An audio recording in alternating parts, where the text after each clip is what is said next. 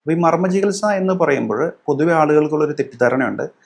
മർമ്മം എന്ന് പറയുമ്പോൾ നമ്മൾ സിനിമകളിലൊക്കെ കാണുന്ന പോലെ കൈ ചൂണ്ടുക, എവിടെയെങ്കിലും കുത്തുക, അല്ലെങ്കിൽ നമ്മൾ എന്താ പറയുക, ഇപ്പോൾ ഒരു പുതിയ പല സിനിമകളും നിങ്ങൾ അറിയാമല്ലോ, എടുത്ത് ട്രോളുന്നവർക്കൊക്കെ കൃത്യമായിട്ട് അറിയാം.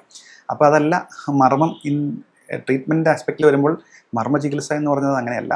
അതൊരു പുരാതനമായിട്ടുള്ള ഒരു ട്രീറ്റ്മെൻറ്റിൻ്റെ പ്രോട്ടോക്കോളാണത്. നമസ്കാരം, ഞാൻ ഡോക്ടർ നവീൻ. ഇന്ന് നമ്മൾ ഡിസ്കസ് ചെയ്യാൻ പോകുന്നത് മർമ്മ ചികിത്സയും ഡിഫറെൻറ്റ് ടൈപ്സ് ഓഫ് ഇഞ്ചുറീസും ആണ്. നമ്മുടെ ബോഡിയിൽ ആയുർവേദ വിധി പ്രകാരം 107 മർമ്മങ്ങളുണ്ടെന്നാണ് പറയുന്നത്. അത് അഗസ്ത്യ അല്ലെങ്കിൽ കളരി സമ്പ്രദായം അനുസരിച്ച് 108 മർമ്മങ്ങളുണ്ടെന്നും പറയും. പാഠഭേദങ്ങളുണ്ട് അതിന്. 1008 മർമ്മങ്ങളെന്നും പാഠഭേദമുണ്ട്. അപ്പോൾ അത് സ്കൂൾ ഓഫ് ടീച്ചിങ് ആണ്. ഒരു മർമ്മത്തിൻ്റെ അല്ലെങ്കിൽ ഒരു പ്രധാന മർമ്മത്തിൻ്റെ അനുബന്ധമായിട്ട് വരുന്ന മർമ്മങ്ങളെല്ലാം ഉൾപ്പെടുത്തിയിട്ടാണ് ഈ 100, 108, 1008 അങ്ങനെ ഓരോ പാഠഭേദങ്ങളിലേക്ക് പോകുന്നത്. അപ്പോൾ അത് സാധാരണക്കാരൻ അതിനെപ്പറ്റി അത്രയും ഇൻ ഡെപ്തിലേക്ക് ഞാൻ പോകുന്നില്ല.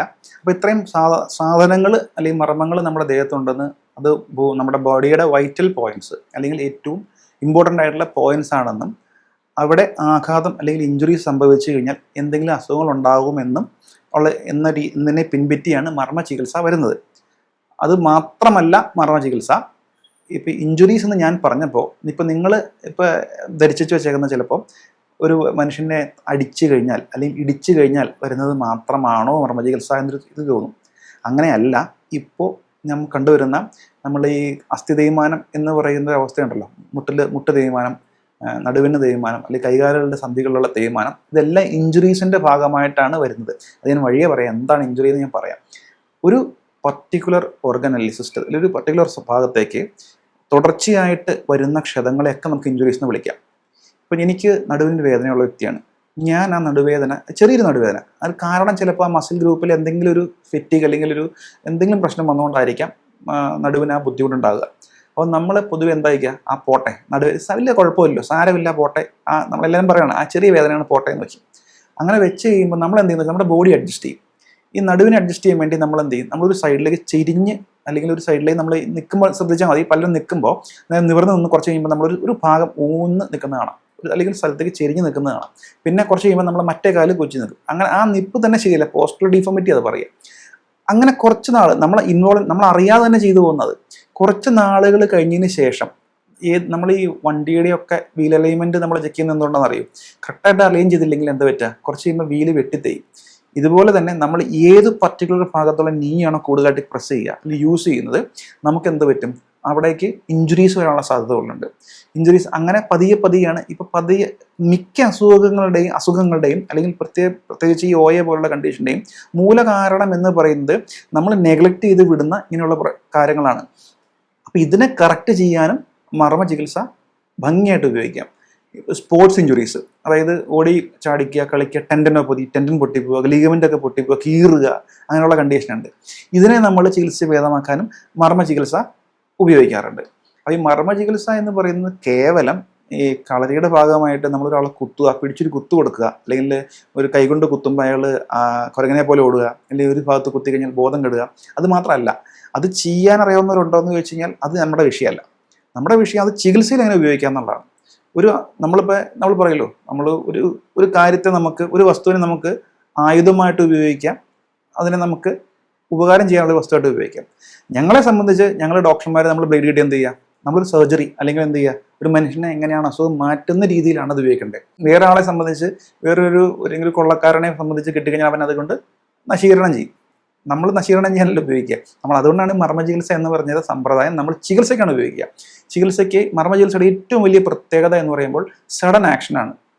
ഞങ്ങളുടെ OP എനിക്ക് ഏറ്റവും കൂടുതലായിട്ട് വരുന്ന ഒരു ഡിസീസ് കണ്ടീഷൻ എന്ന് പറയുമ്പോൾ, ഞാൻ പ്രമേഹത്തിൻ്റെ റിവേഴ്സൽ പ്രോഗ്രാമുകൾ നമ്മൾ ചെയ്യുന്നതായതുകൊണ്ട് ഏറ്റവും കൂടുതൽ വരുന്നത് ഈ ഡയബറ്റീസ് വന്നതിന് ശേഷം കൈ പൊക്കാതെ വരുന്ന കണ്ടീഷൻ ഉണ്ട്, അല്ലെങ്കിൽ ഫ്രോസൺ ഷോൾഡർ എന്ന് പറയും.